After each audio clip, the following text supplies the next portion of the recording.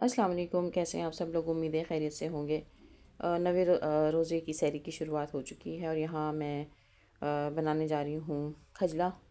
اور دودھ میں نے گرم کر لیا تھا، اور بس اس کے ساتھ جو ہے وہ جو ہماری سحری میں باقی چیزیں ہوتی ہیں وہ ہوں گی۔ چائے ہے میری، اور سالن اور روٹی جو کہ میں نے پہلے تیار کر لیا تھا۔ تو بس اب میں یہی سوچ رہی تھی کہ جب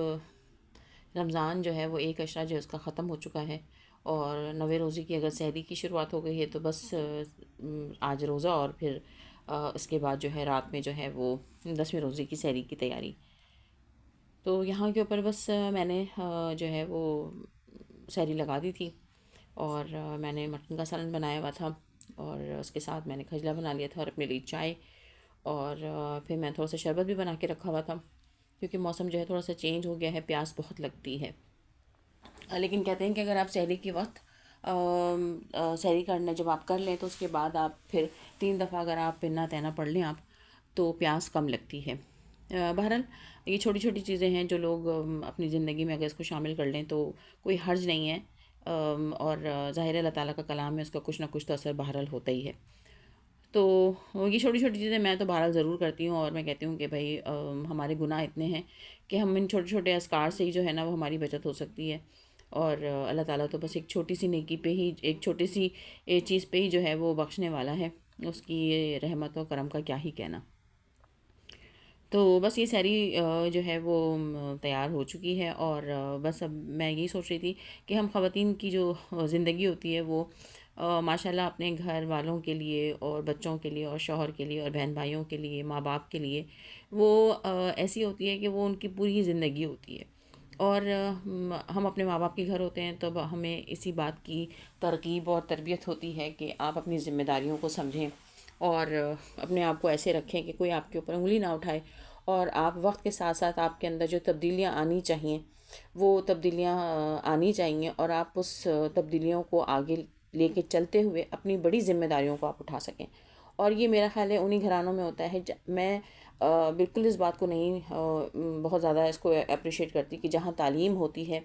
وہاں جو ہے ساری چیزیں بہت اچھی ہوتی ہیں،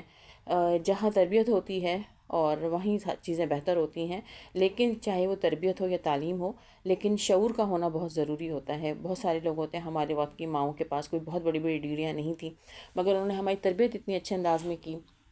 ہمیں اچھا برا اس طرح سمجھایا کہ ماشاءاللہ آج ہم اپنی ذمہ داریوں کو بڑے احسن طریقے سے نبھا رہے ہیں۔ اور جب اب سے کچھ ٹائم پہلے کچھ اور ذمہ داریاں تھیں سسرالی حوالے سے، وہ بھی ماشاءاللہ اللہ نے پوری ہمیں توفیق دی کہ ہم اسے پورے احسن طریقے سے نبھا سکیں۔ اور یہ میرے آگے تھے عید کے کپڑے، میں سوچی تھی میں جا کے ٹیلر کو دے کر آ جاؤں، اور یہ میں نے ایک عام سا گھر میں پہننے کا سوٹ آرڈر کر دیا تھا، اور اس کے ساتھ ہی ایک برانڈیڈ سوٹ تھا۔ تو یہ دونوں کپڑے میرے آگے تھے، اور اب میں سوچ رہی ہوں کہ میں جا کے اس کو جو ہے میں سلنے کے لیے دے دوں، کیونکہ ٹیلر صاحب نے تو پھر یہی کہنا ہے کہ جی ٹائم نہیں ہے میرے پاس۔ تو میں آپ سے یہ کہہ رہی تھی کہ ہماری یہ ذمہ داریاں جو ہیں، کبھی کبھی ہمارے لیے ایسا لگتا ہے کہ طبیعت خراب ہے، کوئی مسائل ہیں، کچھ ہیں، اس طریقے سے ہم نہیں کر پاتے، یا ہمیں ایسا لگتا ہے کہ ہمارے لیے مشکل ہو رہی ہے کہ جس طرح کرنا چاہیے، کیونکہ ایک وقت ہوتا ہے، آپ کی عمر ہوتی ہے، آپ میں ہمت طاقت ہوتی ہے، بہت ساری چیزیں ہوتی ہیں، اور یا پھر گھر میں بہت سارے لوگ ہوتے ہیں تو جو ذمہ داریاں ہوتی ہیں وہ بڑھ جاتی ہیں۔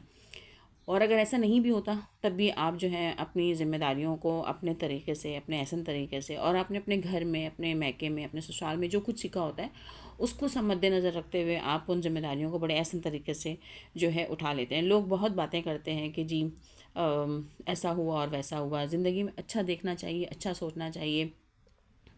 اچھائیاں برائیاں ہر شخص کی زندگی کا حصہ ہیں، کوئی اس سے مبرہ نہیں ہے،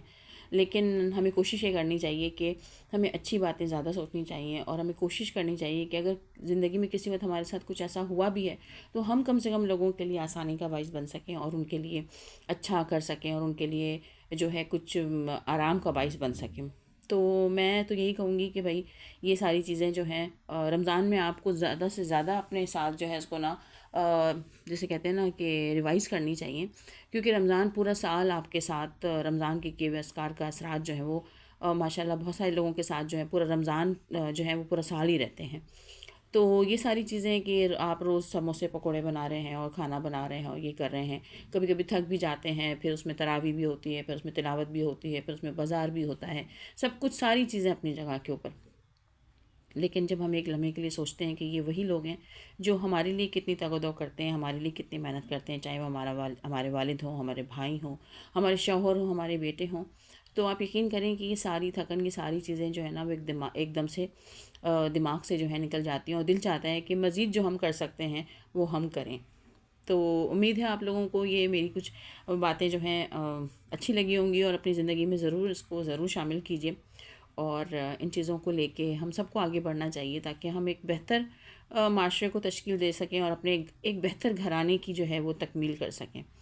تو امید ہے آپ لوگوں کو میرا ولاگ پسند آیا ہوگا، اور آپ لوگ آج کل کیا کیا بنا رہے ہیں، اور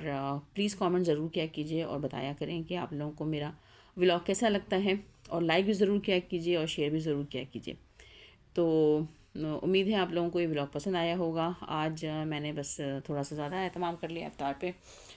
تو انشاءاللہ اب ہم ملیں گے ایک نئے ولاگ میں، کچھ نئی باتوں کے ساتھ، کچھ نئی چیزوں کے ساتھ۔ جڑے رہیے لیو ود ارم میں۔